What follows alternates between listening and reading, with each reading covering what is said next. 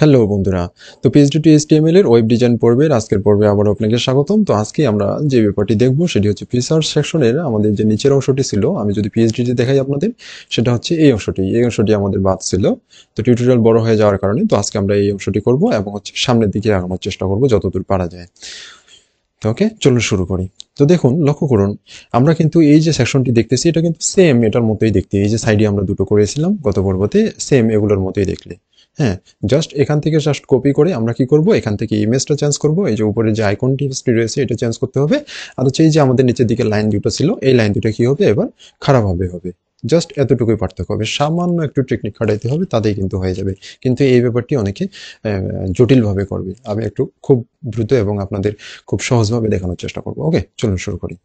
তো দেখুন, এই সেকশনটি আছে কোথায়, লক্ষ্য করুন। এই সেকশনটি কিন্তু আমাদের এই যে সাইড দিয়ে না, বরঞ্চ আমাদের এই যে ইমেজ সেকশনটি রয়েছে, এই ইমেজের যে ইটি রয়েছে, ডিপটি রয়েছে, সেটার ভিতরে রয়েছে।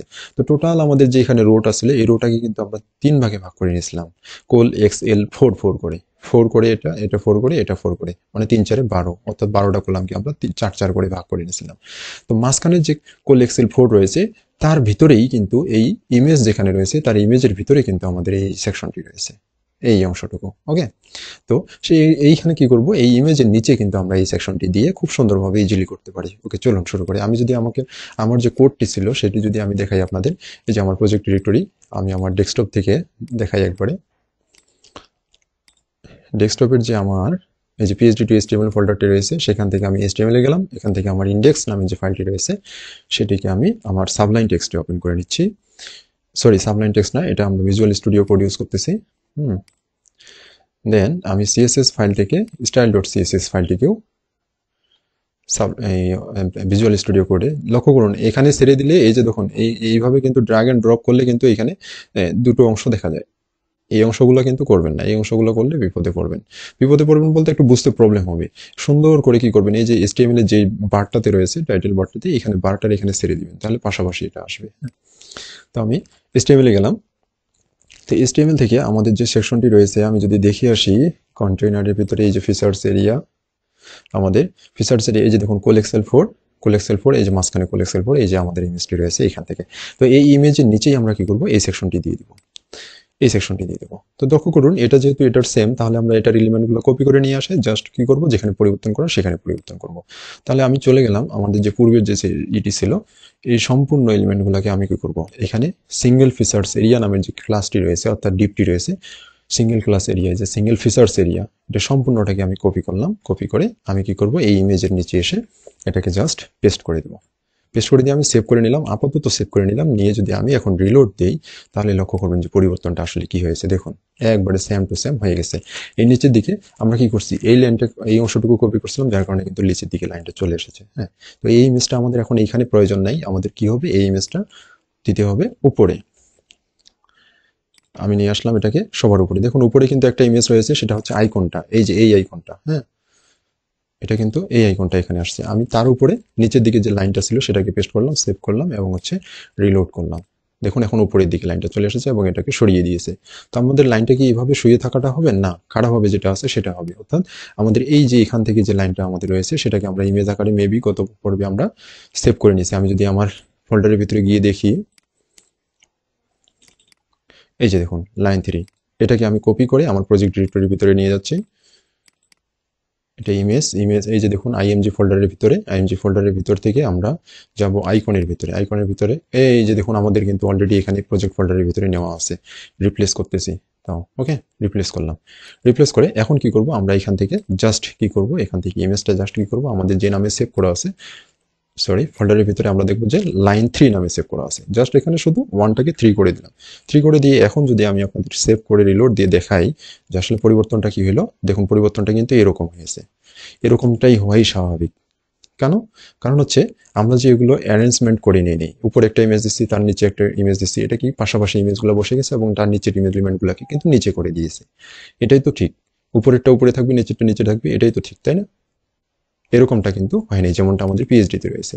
তো লক্ষ্য করুন, এখানে কিন্তু উপর নিচ বরাবর আসছে, কিন্তু আমরা উপর নিচ বরাবর চাইনি। এটা কি করব, আমরা লেফট সাইডে রাখবো।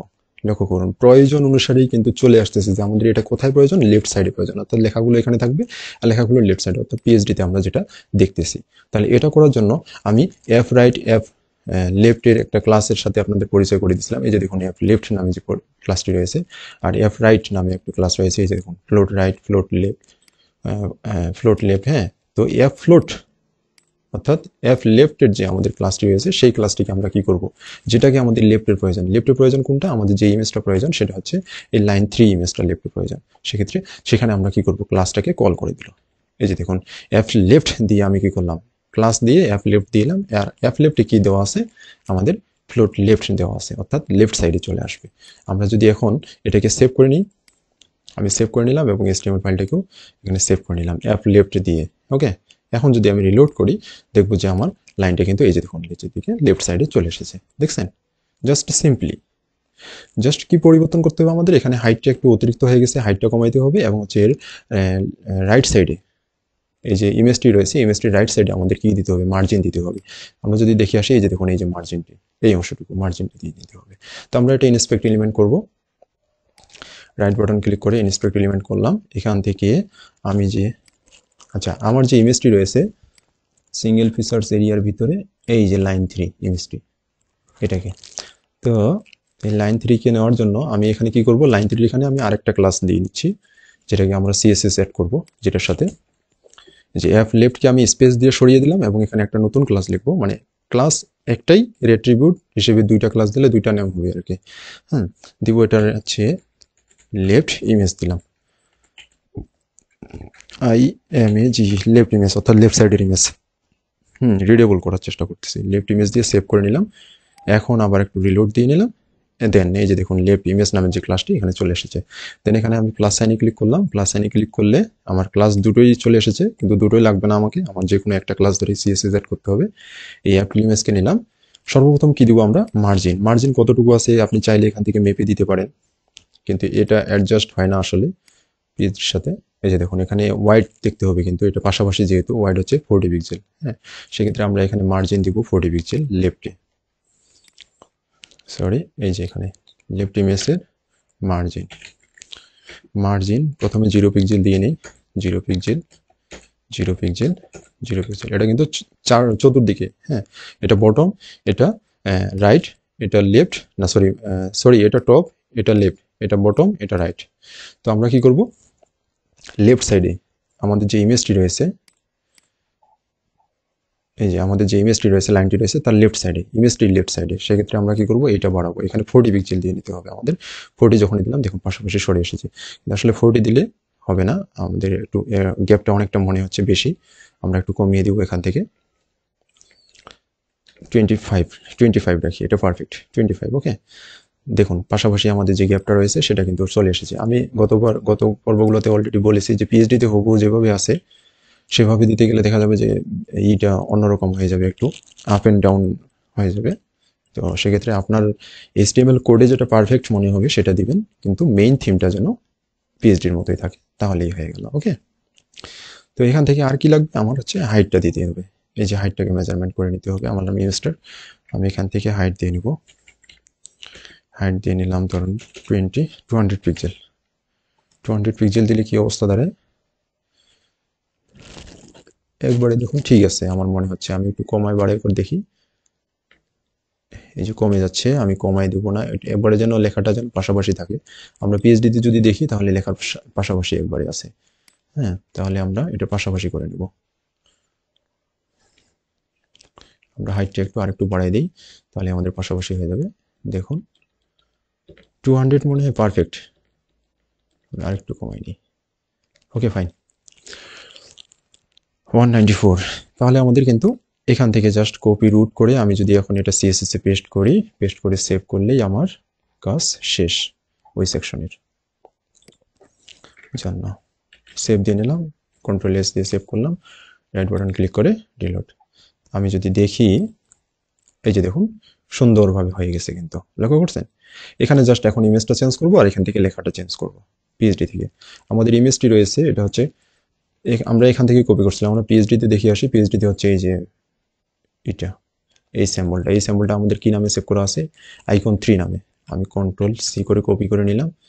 দেন HTML-এ এসে আমার যে এই যে আইকন 3, সরি এখানে 3 করে দিলেই হয়ে যায়, কপি করতে হবে না। এখন যদি রিলোড দিই, এই যে দেখুন পরিবর্তন হয়ে গেছে। আর লেখাটা চেঞ্জ করতে হবে, PHP থেকে আমি লেখাটা নিয়ে আসবো, খুব দ্রুত হয়ে যাবে। হ্যাঁ, আমি যে আপনাদের এত বড় একটা সোর্স কোড দিয়ে আপনাদের জার্নিটা স্টার্ট করছি, এটা আসলে একটা ব্যাপার, আপনাদের সুযোগ, প্রচণ্ড সুযোগ। আপনারা যদি এটা করে নিতে না পারেন তাহলে আসলে আপনাদের জন্য ওয়েব ডিজাইন শেখা পরবর্তীতে আরও কঠিন হয়ে যাবে। এই যে দেখুন, আর এখানে যে কালারটি রয়েছে এখানে কিন্তু HTML-এ এটা অনেকটা জুম, হ্যাঁ, যার কারণে এই কালারটা একবার স্পষ্ট মনে হচ্ছে। আর এখান থেকে PHP-তে কিন্তু এটা হালকা মনে হচ্ছে, কিন্তু মূলত এই যে আমাদের যেই সেটা কিন্তু ওই কালারটাই কিন্তু এখানে নেওয়া হয়েছে। এটা সিলেক্ট করা অবস্থায় যে আমি ক্যারেক্টারে চাপ দিই, এখানে দেখুন যে কালারটি রয়েছে সেই কালারটি কিন্তু আমাদের নেওয়া আছে এখানে, নো প্রবলেম। ওকে, তাহলে আমাদের কি হলো, এই সেকশনটির কাজ টোটালি শেষ হয়ে গেল। আমরা এখন পরবর্তী সেকশনটি যেতে পারি। পরবর্তী সেকশনটি কি রয়েছে আমরা একটু যদি দেখে আসি। পরবর্তী সেকশনটি খুব ইজি। আমি যদি আপনাদের একটু বলে দিই, দেখুন আমি আজকে আপনাদের এটা বলে দিই, তারপর আপনারা নিজেরাই চেষ্টা করবেন। যদি এটা না হয় দেন আমি পরের বারে বলে দেবো। তো এতে টিউটোরিয়ালটাও ছোট হবে এবং আপনাদেরও প্র্যাকটিস হবে।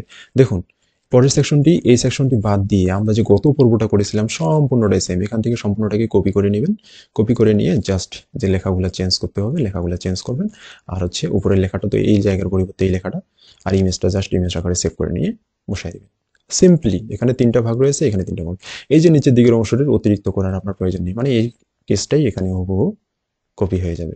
আপনারা এটা বাসায় ট্রাই করবেন। যদি না হয়ে থাকে তাহলে আমি আসি, কোনো সমস্যা নেই। আমি পরবর্তী পর্বে তাও এটা আমি আপনাদের দেখাবো। এটা খুব দ্রুত হবে, তবে আপনাদের মানে হ্যান্ডওয়ার্ক হিসেবে, এটা প্র্যাকটিসের জন্য আপনাদের হিসেবে কিন্তু দেওয়া হলো। ওকে, তো বন্ধুরা আজকে এই পর্যন্তই, দেখা হবে পরবর্তী ভিডিওতে। তো ভালো থাকেন, সুস্থ থাকেন, সবাইকে ধন্যবাদ। তো যাওয়ার আগে আরেকটা কথা বলে দিই যে হচ্ছে আপনাদের যদি টিউটোরিয়ালগুলো ভালো লেগে থাকে, যদি মনে হয় যে হ্যাঁ ভালো কিছু শিখতেছি, তাহলে কিন্তু আপনারা আমার ভিডিওটা নিঃসন্দেহে শেয়ার করতে পারেন এবং হচ্ছে সাবস্ক্রাইব করে না থাকলে অবশ্যই সাবস্ক্রাইব করবেন। কেননা এখানে যে ব্যাপারটি দেখাবো সেটা আসলেই খুবই খুবই ইম্পর্টেন্ট। এবং আপনাদের যদি ইচ্ছা থাকে বা অনেকদিন ধরে ইচ্ছায় আছেন কিন্তু আবার দমে গেছেন যে হচ্ছে আপনি পারতেছেন না, ভালো হেল্প পাচ্ছেন না ওয়েব ডিজাইন নিয়ে কাজ করার জন্য, তাহলে এখানে কিন্তু অনেক ভালো হেল্প পাবেন। হ্যাঁ, এখানে কোনো ফেসবুক গ্রুপ নাই, আমার পেইড কোনো কোর্স নাই বা কোনো কিছুই নেই। আপনি এখানে জাস্ট কমেন্ট করবেন, আমি রিপ্লাই করার চেষ্টা করব এবং যথেষ্ট হেল্প করব। আমি কিন্তু মার্কেটিংয়ের জন্য আসিনি যে আমার ফেসবুক পেজে লাইক অন, ইনস্টাগ্রামে লাইক অন, অমুক করেন তমুক করেন, এটা কিন্তু নাই। এখানে জাস্ট যেটা দেওয়ার জন্য আসছি, এটা কিন্তু আমি রিয়েলি দেওয়ার জন্য আসছি।